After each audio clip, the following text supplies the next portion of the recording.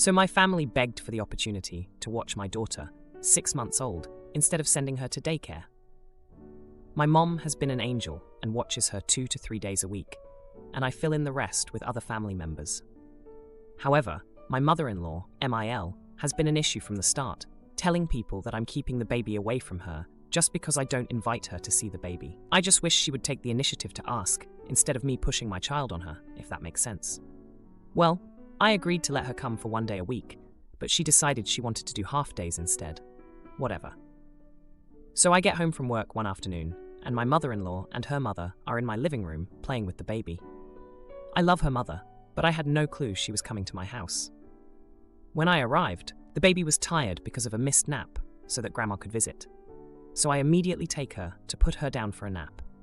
And they left. So I decided to send a text that says, "I would appreciate you asking me or letting me know before you invite someone to the house. Nana is always welcome. I just like to know who is here." My mother-in-law ignored me for days and didn't respond. Then my fiancé goes to talk to her, and she says she is mad at me for talking to her that way. So I call her, and she begins to tell me I'm rude and that I should have never said anything to her for inviting her own mother over. She never apologized. She told me I was a witch and also told me to keep my mouth shut when I'm talking to an elder. So apparently, I'm not allowed to have a preference of how my home or childcare is handled. I have no issues with her mother visiting. That's not the problem. The problem is, she doesn't respect me and doesn't think she needs to tell me these things in my own home. So I told her until she can learn to communicate appropriately with me and talk to me with respect as the parent of my child, she can't watch her anymore. Am I wrong for this? Edit. I didn't know everyone wanted so much detail. I was trying to keep it as short as possible. Yes, we don't have the best history. She is a drinker and doesn't work. She has been handed everything in life and gave my fiancé a pretty rough upbringing with drinking and drugs, but she has been clean from drugs for several years now. But I've tried very hard to keep the peace and allow her to see our child wherever she asked, and I have even taken her over to see her on occasion. I have asked my mom and other family members to communicate with me. They all know they can't just invite people over here without me knowing. I understand that his mother might not have thought about that or had an issue with it. That's not my gripe, and Grandma coming over is not an issue either. Sure, maybe I could have just looked past it, but I felt it would be better to express my wants for communication in the beginning, instead of letting things build up. I had a feeling she wouldn't be happy with me giving her any rules, because no one ever does. But I didn't expect her to treat me the way she did when I made a simple request. Also, after my fiancé talked to her with no avail, I sent her a text and said, "We need to talk. I can call you or come to you, just preferably not in front of the baby. Let me know what works best for you." This is after she ignored my original text for days. I was trying to set up a time to just talk and figure things out. Her response to that text was, "I will never apologize for having my mother over, and we should be welcome to come anytime we want to." I told her that's not how things work, and this is my home and my child she is referring to, so please be careful what she says next. And told her we need to talk in person. She proceeded to ignore me for another day until she finally called, and then the conversation happened in which she called me names and told me I should have kept my mouth shut because she is my elder and she wasn't doing anything wrong. So basically, I was arguing with a brick wall. And all I wanted was for her to acknowledge letting me know who comes over when she watches the baby, even if it's family. My family is treated no differently. It wasn't a jab at her. It was me stating the preference of my home. Update.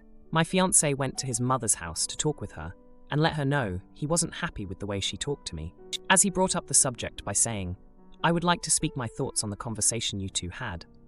His mother immediately became defensive and stated he wasn't going to reprimand her in her own home and that she will never bow down and lick my butt, and she is standing her ground. This ended up with her stating to him, "If this is how you guys feel, then I don't want to see her anyways, the baby." And then she literally ran him out of the house as if she was going to become physical with him and told him he isn't welcome back. I'm speechless. Now for a few comments before the update. Comment 1. Not the idiot OP. It is always a social faux pas to invite someone into a home that is not yours, especially when you are only visiting, without the owner's knowledge. You were not out of line for asking that she at least get into contact with you. told me I was a witch, and also told me to keep my mouth shut when I'm talking to an elder. Wow, and she wants to participate in her grandchild's life with that mouth. No idiots here. She can be respectful, or she can be a distant grandma. Comment 2. Told me I was a witch, and also told me to keep my mouth shut when I'm talking to an elder. How are you supposed to talk to an elder with your mouth shut? Jokes aside, not the idiot. The second she called me a witch, I would have told her she is no longer welcome in my house. Actually, I would have told my partner to tell his own mother that she was no longer welcome in our house. Now, for the update. Hey everyone, I'm back with an update on the situation with my mother-in-law. It's been a wild couple of weeks, and I've got some news to share. After the last confrontation, things went from bad to worse.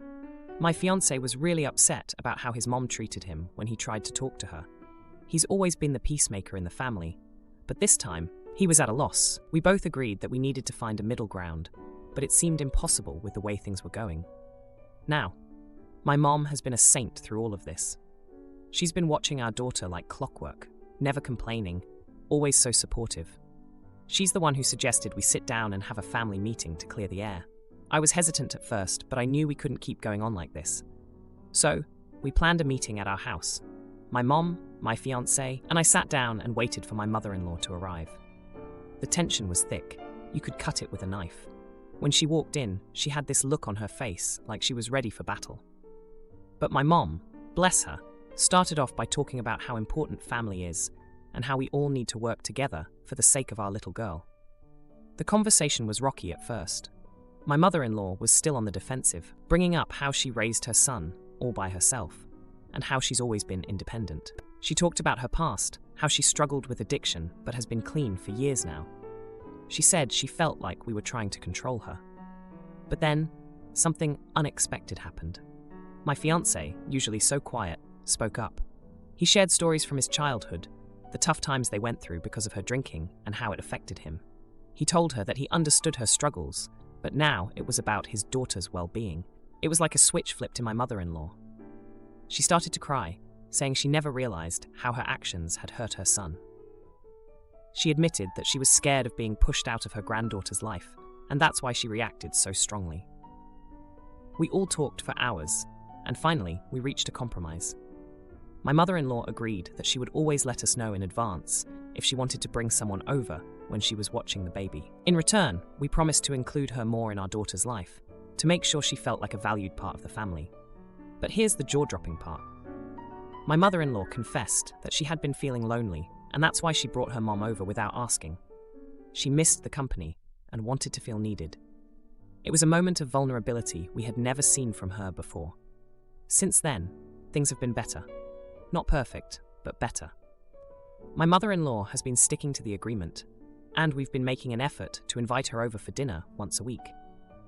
It's been nice, actually, seeing her play with our daughter and watching them bond. Just yesterday, we had another surprise visit, but this time it was different. My mother-in-law called ahead and asked if it was okay to come over with a small toy she bought for the baby. It was a small gesture, but it meant the world to us. It showed that she was trying, that she respected our wishes. My fiancé and I have been reflecting on everything that's happened.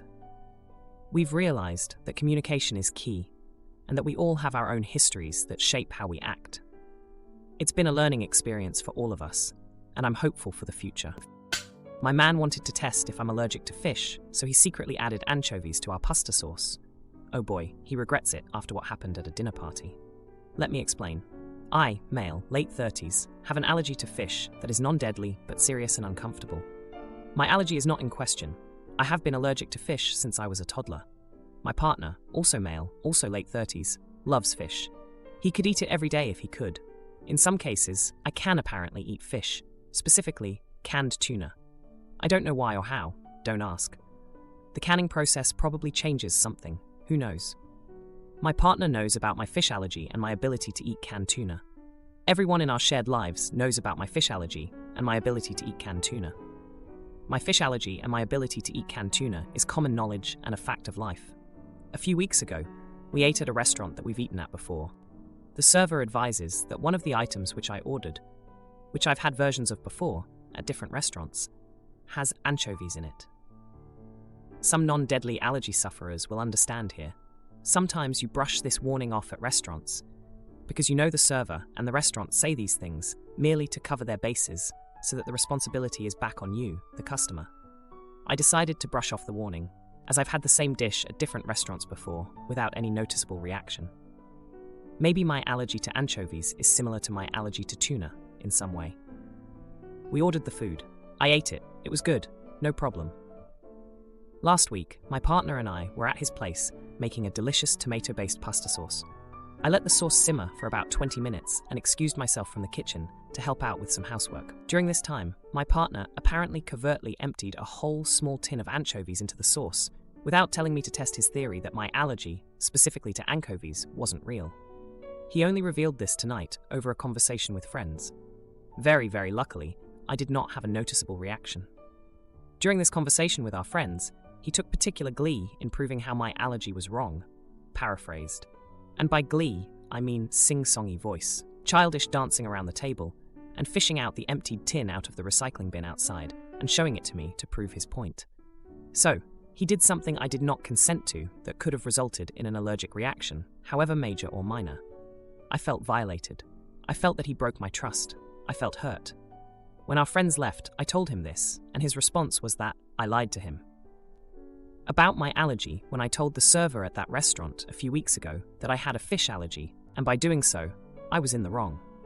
Apparently, I'm the bad guy, which feels like a major deflection of wrongdoing, if you ask me. The fact that he didn't understand that his actions hurt me and made me feel violated is bonkers to me. He got angry at me, and I left for the night. I'm trying to make sense of all of this. Am I in the wrong here? Now, for a few comments before the update. Comment 1. Not the idiot, what your partner did was potentially dangerous. Allergies are not something you mess around with. If someone says they are allergic to something, you take them at their word and avoid feeding them those things. He is not a doctor. He is not some mad scientist residing in a dark basement testing on rats. He poisoned your food for fun to prove his point. This would be a deal breaker for me. He broke your trust in a horrible way. He decided to play Russian roulette with your health, and he was gleeful about it. Comment 2. Not the idiot. It's never okay to tamper with food, especially with allergies. Constant exposure could also lead to problems. A possible explanation for your ability to eat canned fish. Cooking things can destroy or impact the allergen enough to not cause a reaction. That doesn't mean you should experiment because you can't actually see if that's the case without trying. Now, for the update. A lot has happened since my last post, and I need to get this off my chest. After the incident with the anchovies in the pasta sauce, things between my partner and me have been tense, to say the least. I've been reflecting on our history together, trying to understand how we got to this point. My partner, let's call him Alex, has always been the adventurous type, especially when it comes to food. He's the kind of guy who would try the spiciest dish on the menu just for the thrill of it. I admired that about him, his willingness to take risks, but I never thought he'd take a risk with my health. We've been together for a good number of years, and he's seen firsthand the discomfort I've gone through when I've accidentally ingested fish. It's not pretty. I get itchy, my throat feels tight, and I'm generally miserable for a while. So, when he decided to test my allergy, it felt like a betrayal of everything we'd been through. The day after the incident, I was still at my friend's place, trying to cool off. I couldn't believe Alex had been so reckless. I kept replaying the moment he danced around the table, showing off the empty tin of anchovies. It was like he was proud of potentially putting me in harm's way. I decided to confront him about it. I went back to our place, and we had it out. I told him how his actions made me feel unsafe and disrespected. He tried to argue that he was just trying to prove a point, that I was overreacting about my allergy. But I wasn't having any of it. I reminded him of the time we went to a seafood restaurant for his birthday. And I had to sit there with my own packed lunch because I couldn't risk eating anything from the menu. Did he think I enjoyed that? Did he think I liked being the odd one out? The argument got heated, and Alex let slip something that made my blood run cold. He admitted that this wasn't the first time he'd done something like this. A few months back, we'd gone to a barbecue at a friend's place, and I'd had a reaction. I thought it was because of cross-contamination, but Alex confessed that he'd slipped some fish oil into one of the dishes. He said he did it because he thought it was all in my head. I was floored. I couldn't believe he'd been experimenting on me, using me as his personal lab rat. It was a massive breach of trust. and I didn't know if I could forgive him. The next day, I went to see a lawyer. I wanted to know what my options were, because this felt like it bordered on something criminal. The lawyer was sympathetic and told me that while it might be difficult to pursue legal action, I had grounds to file a complaint if I chose to. Meanwhile, Alex was trying to make amends. He sent me texts, left voicemails, and even showed up at my work with a bouquet of flowers. But I couldn't shake the feeling of betrayal. Then, 2 days ago, something happened that I didn't expect. We were both invited to a mutual friend's dinner party. I was hesitant to go, but I didn't want to let what happened between us affect my friendships. I showed up, and so did Alex. The dinner was awkward at first, but then our host, who's a bit of a foodie, started talking about this exotic fish dish he'd prepared. He went into detail about the ingredients and the preparation. I could see Alex getting uncomfortable, shifting in his seat. When the dish was served, Alex was the first to take a bite. He chewed, swallowed, and then his face went pale. Turns out, our host had used a type of fish that Alex had always claimed to be allergic to. He'd never been tested, but he avoided it like the plague. Within minutes, Alex was experiencing the same symptoms I would have if I'd eaten fish.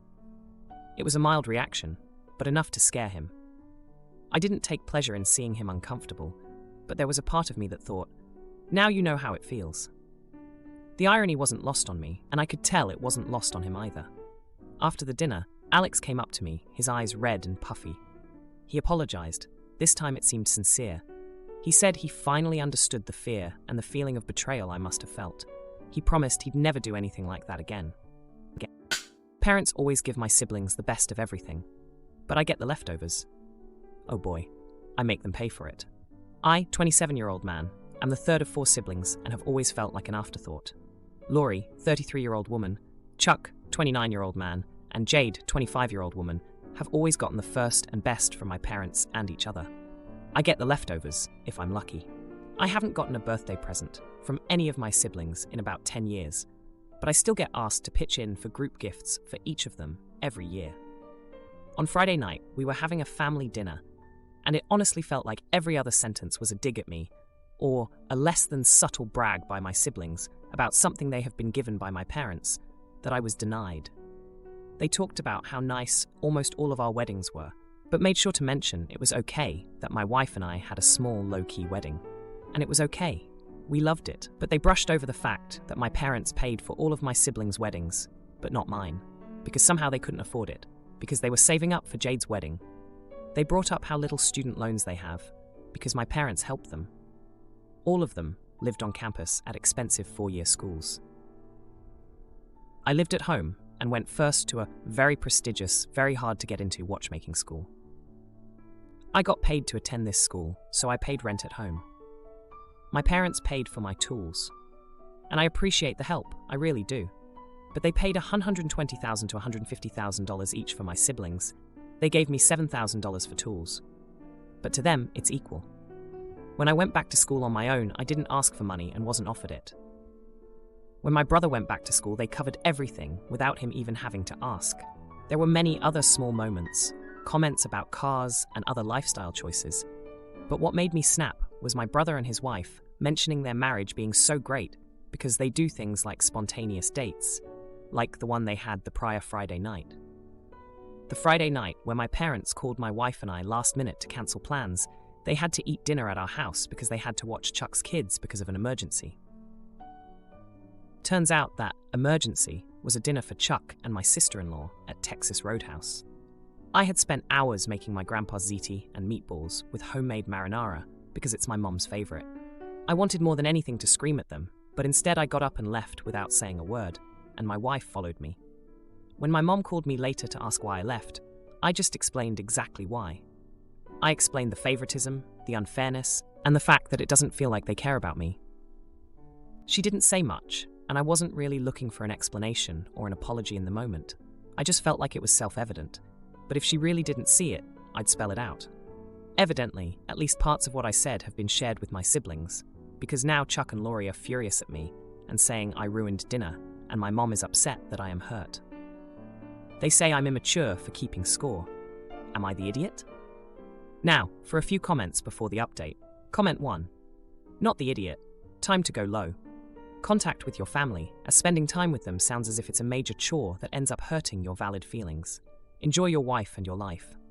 Chuck and Laurie are just upset that they were finally called out. I would go no contact with them. Edited to add, your ziti and meatballs with homemade sauce sounds delightful. Comment 2. Not the idiot. Your siblings are keeping score as well. They use that score to belittle you every time they see you. Your parents, including your mom, who is all of a sudden upset that you are hurt, have allowed that to happen. Your mom is only upset because you finally stood up for yourself and called them all out. Keep on keeping score, they certainly will. Now, for the update. Hey everyone, thanks for all the comments on my last post. It's been a chaotic 3 months since then, and a lot has happened. I never expected things to escalate the way they did, but here we are. After that dinner blow-up, things got icy at home. My wife and I tried to keep to ourselves, but my family's drama has a way of pulling you back in. Chuck and Laurie were still mad at me for ruining dinner, and Jade was awkwardly trying to stay neutral. My parents, on the other hand, were doing their usual dance of pretending nothing was wrong. But then, 2 weeks later, my mom called me out of the blue. She was crying, saying she and Dad had been talking, and they realized they had been unfair to me. I was skeptical, but I agreed to meet them for coffee. It was a tense conversation, but they actually apologized.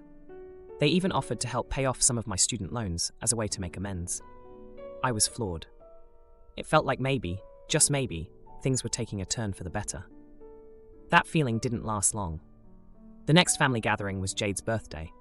I thought it would be a good chance to start fresh, but the moment I walked in, I could feel the tension. Chuck and Laurie were giving me the cold shoulder, and my parents were awkwardly overcompensating with their attention to me. It was uncomfortable, to say the least. Then, the bomb dropped. Chuck's wife, who had been unusually quiet, suddenly announced she was leaving him. She accused him of having an affair with Laurie. The room went dead silent. I couldn't believe it. My brother and sister, caught in this mess. It was like a bad soap opera. The fallout was immediate. My parents were devastated, trying to mediate between their children while dealing with their own sense of betrayal. Jade was crying, feeling like her birthday was ruined. And me? I was just standing there, feeling like the only sane person in a madhouse. In the weeks that followed, the family was in chaos. Chuck and Laurie were both trying to do damage control, but it was too late. The secret was out, and it was tearing the family apart. My parents were trying to hold things together, but you could tell they were struggling. Amidst all this, my wife and I found out we were expecting our first child. It should have been a happy time, but with the family in shambles, it was bittersweet. We decided to keep the news to ourselves for a while, not wanting to add to the drama.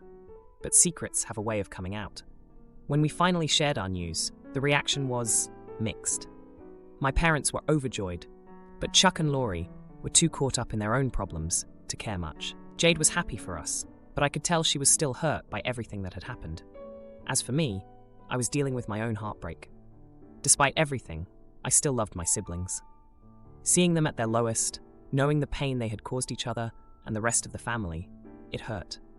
I wanted to be there for them, but I also felt betrayed. It was a mess of emotions that I'm still trying to sort through. And then, just when I thought things couldn't get more complicated, my parents dropped another bomb.